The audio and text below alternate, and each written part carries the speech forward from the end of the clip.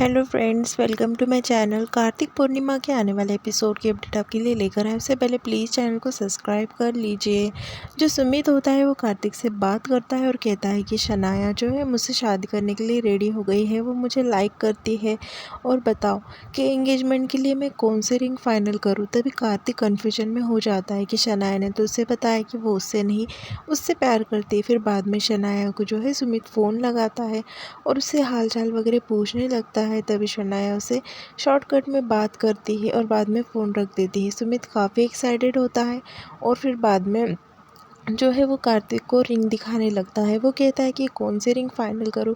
तभी कार्तिक जो है काफ़ी कन्फ्यूजन में होता है। वो कहता है कि शनाया ये आखिर कर क्या रही है, एक बात मुझे करती है और दूसरी बात सुमित को, आखिर मैं करूँ तो करूँ क्या। फिर बाद में सुमित की खुशियों के आगे जो है वो कार्तिक कह देता है कि ये रिंग। फिर बाद में सुमित कहता है कि भाई मैंने भी यही रिंग फाइनल की थी।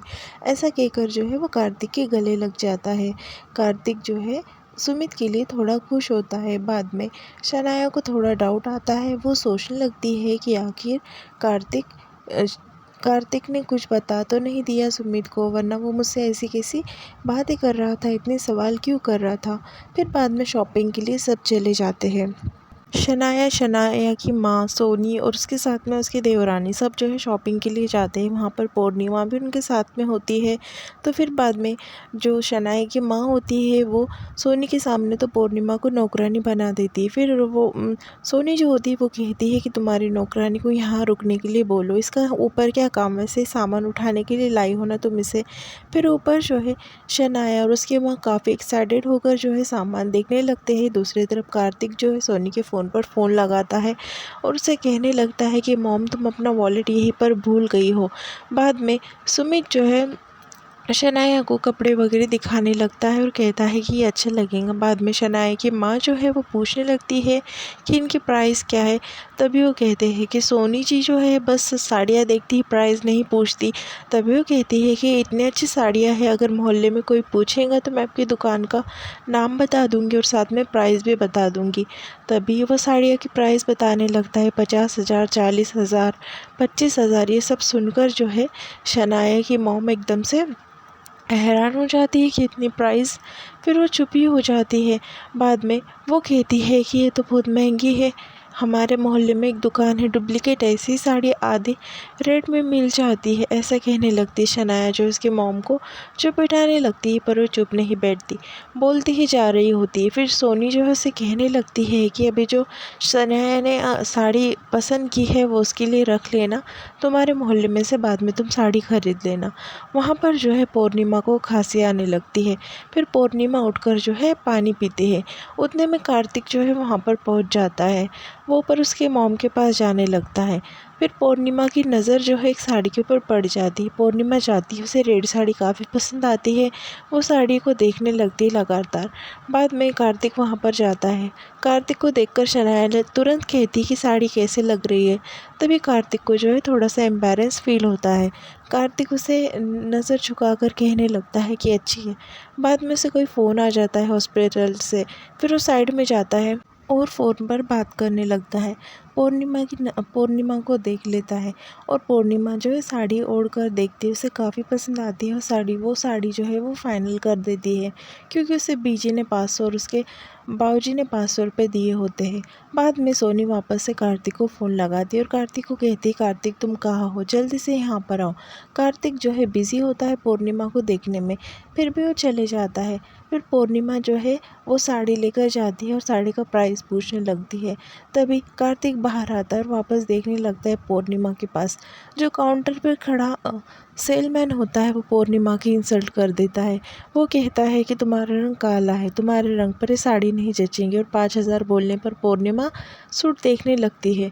फिर बाद में वहाँ पर जो एक प्रेग्नेंट लेडी होती है वो नीचे गिरते हुए पूर्णिमा को दिख जाती है। पूर्णिमा साड़ी साइड में रखकर वो प्रेग्नेंट लेडी की तरफ चले जाती है। दूसरी तरफ कार्तिक जो है काफ़ी डांट लगाने लगता है वो सेल्समैन को, और पूर्णिमा जो है वो लेडीज़ को उठाती है और उससे कहने लगती है कि तुम्हें ऐसे हालत में जो है बाहर नहीं आना चाहिए, किसी को साथ में लेकर आना चाहिए। दूसरी तरफ साड़ी वगैरह फाइनल हो जाती है। फिर बाद में वापस से सोनी जो है वो फ़ोन लगाती है कार्तिक को और फिर बाद में जब शॉपिंग वगैरह हो जाने के बाद में सब जो है सामान पूर्णिमा के पास थमा देते हैं नौकरानी बोलकर, और कहते हैं कि सब सामान लेकर नीचे आओ। सब सामान इतना सारा हैवी होता है, पूर्णिमा फिर गिर जाती है सोनी के ऊपर, वो सामान गिरा देती है। तभी सोनी कहती है कि शर्ट ये क्या किया तुमने, उसके ऊपर चिढ़ रही होती है। तभी पूर्णिमा कहती है कि आई एम सॉरी आंटी। सबके सामने आंटी कह देती है सोनी को। सोनी की काफ़ी बेइज्जती हो जाती है और कहती है कि क्या कहा तुमने आंटी, मुझसे रिश्ते जोड़ने की कोशिश कर रही हो तुम, नौकरानी हो, हद में रहो, ऐसे कहकर उसकी इंसल्ट करती है।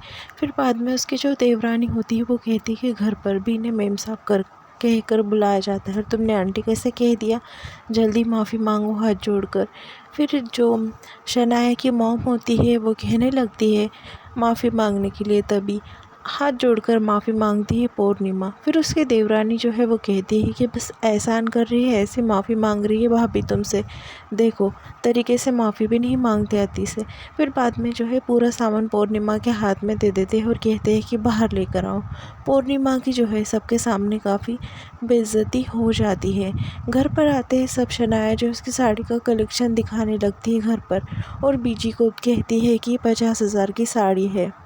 तभी उसकी माँ कहती है साड़ी तो जचेंगी ही ना। बीजी कहती है कि मिस अमृतसर है, साड़ी तो होंगी ही ना अच्छी। फिर बाद में उसकी माँ कहती है कि मिस अमृतसर रहने से शहर के इतने बड़े ख़ानदान से रिश्ता आया है हमारे लिए।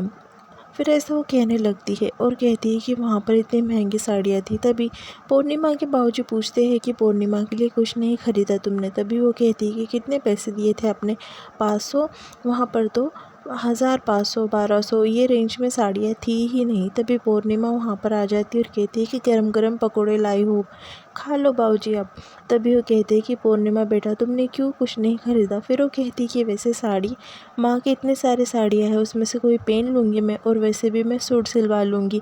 वैसे मैं अभी साड़ी कहाँ पहनती हूँ, मुझे आप शादी में साड़ी दे देना, वो लाल कलर की। ऐसा जो है पूर्णिमा कहने लगती है और कहती है कि वैसे भी शनाया की शादी के कितने खर्चे हैं, और मैं खर्चा नहीं बढ़ाना चाहती और रखा ही क्या है इसमें, ऐसा कहकर समझदारी दिखाने लगती है शनाया। बीजी और उसके बाबूजी को काफ़ी बुरा लगता है शनाया के लिए। दूसरी तरफ एक बच्चा आ जाता है वहाँ पर शनाया के लिए पार्सल लेकर, और कहता है कि तुम्हारे पूर्णिमा के लिए पार्सल लेकर, और कहता है कि तुम्हारे लिए कोई पार्सल देकर गया।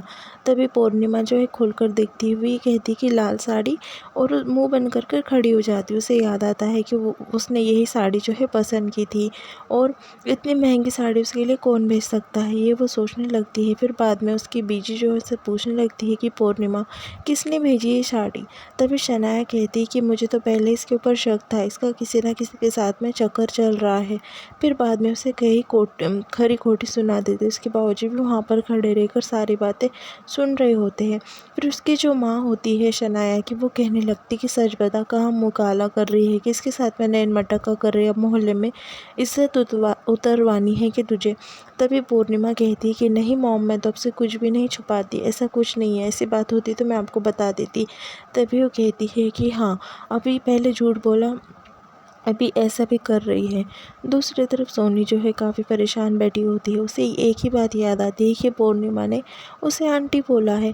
ये सोच सोच कर वो परेशान हो रही होती है। फिर बाद में उसकी देवरानी वापस उसे भड़काने लगती है। वो कहती कि भाभी, आज तक किसी की हिम्मत नहीं हुई आपको इतना इंसल्ट कर कर बार बार सॉरी बोलने की, वो लड़की ने तो हद ही पार कर दी है। ये सब कुछ बात जो है याद आती सोनी को, पहले हॉस्पिटल की, और बाकी सब जो है बात बार बार रिमाइंड होते हैं उसे। फिर वो बाद में सोचती है और बार बार उससे रिमाइंड होते हैं बातें कि पहले वो गलती करती है और बाद में उससे बेइज्जत कर देती है। बाद में उठकर खड़ी हो जाती है सोनी, और बाद में वो कहती है कि वो लड़की ने जो जो किया है उसकी सज़ा तो उसे ज़रूर मिलेंगी, और सज़ा मैं ऐसी दूंगी उसे कि वो ज़िंदगी भर याद रखते रहेंगी, ऐसा सोनी कहती है। और यहाँ पर एपिसोड जो है ख़त्म होता है। Please subscribe.